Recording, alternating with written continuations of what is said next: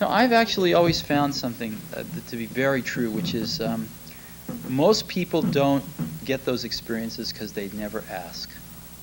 I've never found anybody that didn't want to help me if I asked them for help. I always call them up. I called up, this will date me, but I called up Bill Hewlett when I was 12 years old, and he lived in Palo Alto. His number was still in the phone book. And he answered the phone himself. He said, yes? He said, hi, I'm Steve Jobs. I'm 12 years old. I'm a student in high school, and I want to build a frequency counter. And I was wondering if you had any spare parts I could have. And he laughed, and he gave me the spare parts to build this frequency counter, and he gave me a job that summer in Hewlett-Packard, working on the assembly line, putting nuts and bolts together on frequency counters. He got me a job in the place that built them. And I was in heaven. And I've never found anyone who said no or hung up the phone when I called. I just asked. And when people ask me, I try to be as responsive, to pay that debt of gratitude back.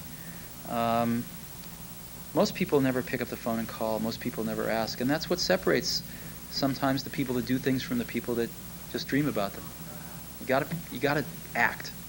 And you've got to be willing to fail. You've got to be willing to crash and burn, with people on the phone, with starting a company, with whatever. If you're afraid of failing, you won't get very far. Yes? Mr. Jobs, you're a bright and influential man. Here it comes. It's sad and clear that on several counts you've discussed, you don't know what you're talking about. I would like, for example, for you to express in clear terms how, say, Java, in any of its incarnations, addresses the ideas embodied in OpenDoc. And when you're finished with that, perhaps you could tell us what you personally have been doing for the last 7 years.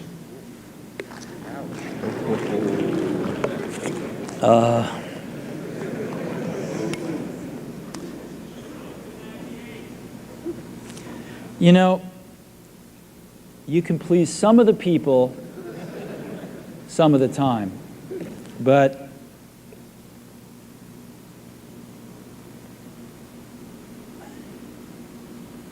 one of the hardest things when you're trying to affect change is that people like this gentleman are right in some areas. I'm sure that there are some things OpenDoc does, probably even more that I'm not familiar with, that nothing else out there does. And I'm sure that you can make some demos, maybe a small commercial app that demonstrates those things. The hardest thing is, how does that fit in to a cohesive, larger vision that's going to allow you to sell $8 billion, $10 billion of product a year? And one of the things I've always found is that you've got to start with the customer experience and work backwards to the tech today. Yes, ma'am. I'm Molly Wood from CNET. I have a question actually about market share, which is sort of what we're getting at.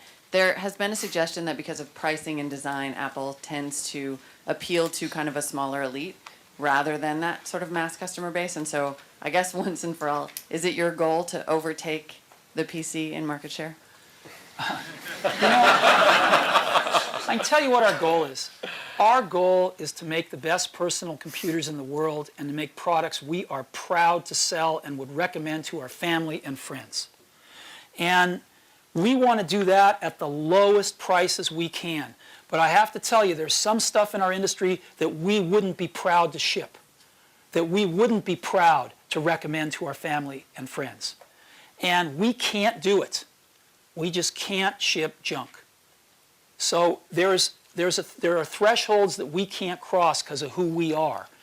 But we want to make the best personal computers in the industry. And we think there's a very significant slice of the industry that wants that too. And what you'll find is our products are usually not premium priced. You go and price out our competitors' products, and you add the features that you have to add to make them useful, and you'll find in some cases they are more expensive than our products. The difference is we don't offer stripped down, lousy products. you know. We just don't offer categories of products like that.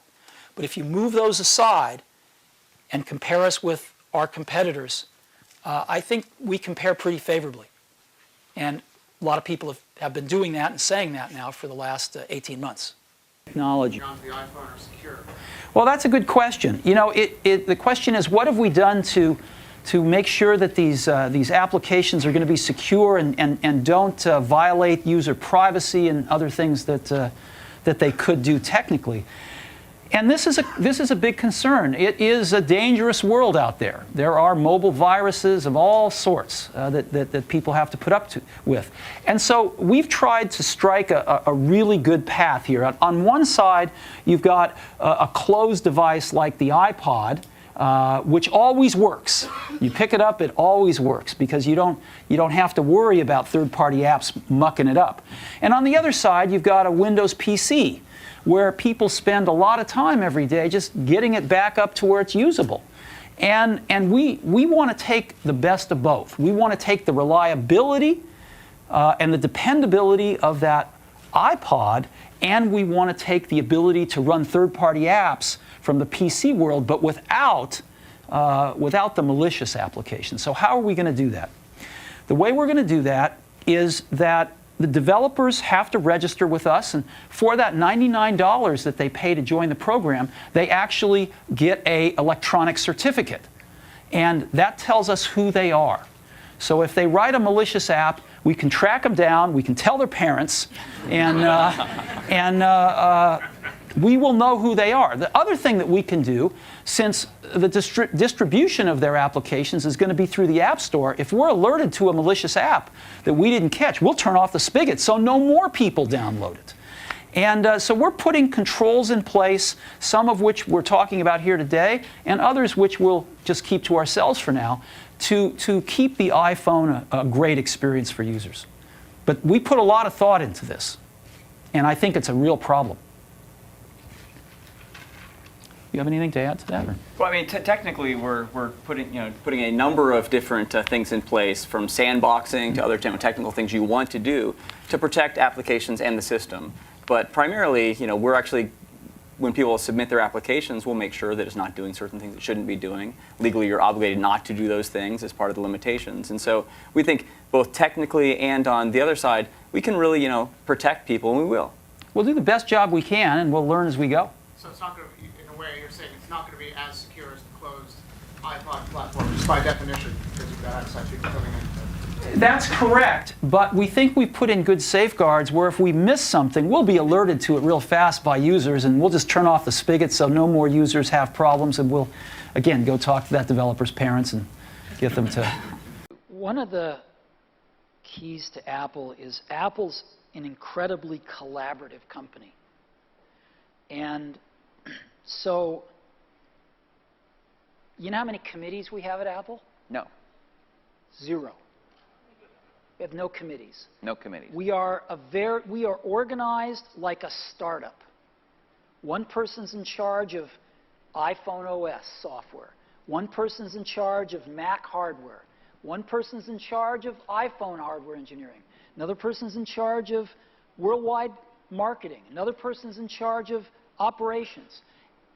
We're organized like a startup. We're the biggest startup on the planet. And we all meet for 3 hours once a week, and we talk about everything we're doing, the whole business. And there's tremendous teamwork at the top of the company, which filters down to tremendous teamwork throughout the company.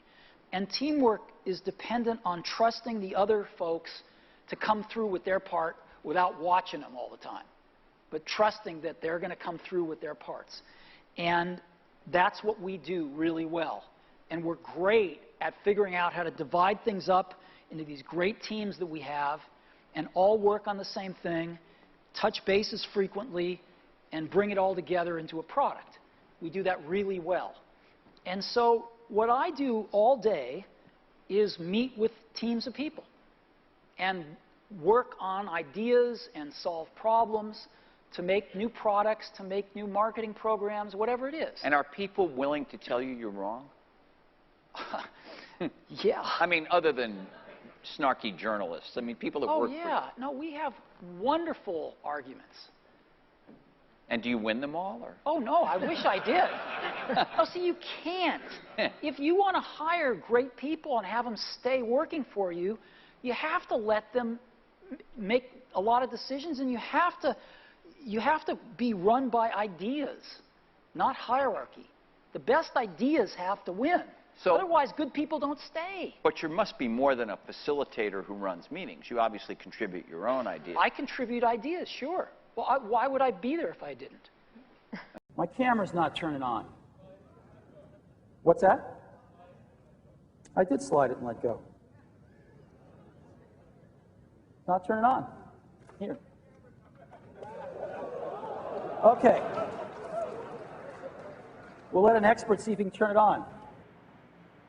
Our networks in here are always unpredictable, so they're a little. I have no idea what we're going to find. They are slow today. You know, you could help me out if you're on Wi-Fi, if you could just get off. I'd appreciate it. We're having a little problem here. We figured out why my demo crashed. Because there are 570 Wi-Fi base stations operating in this room. Okay? We can't deal with that.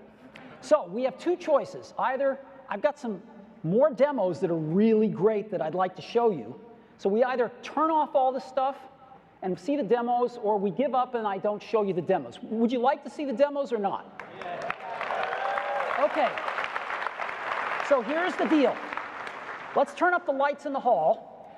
Several hundred of these are these MiFi things too, by the way. So all you bloggers need to turn off your base stations, turn off your Wi-Fi. Every notebook, I'd like them to put them down on the floor. And all of you look around, I'd like you to police each other.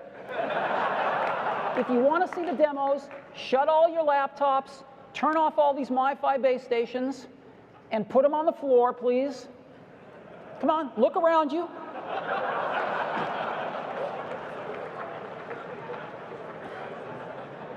I mean, I'm not, you know, I think bloggers have a right to blog, but if we want to see the demos, we're not going to be able to do it unless we turn off all of these MiFi base stations and laptops, set them on the floor.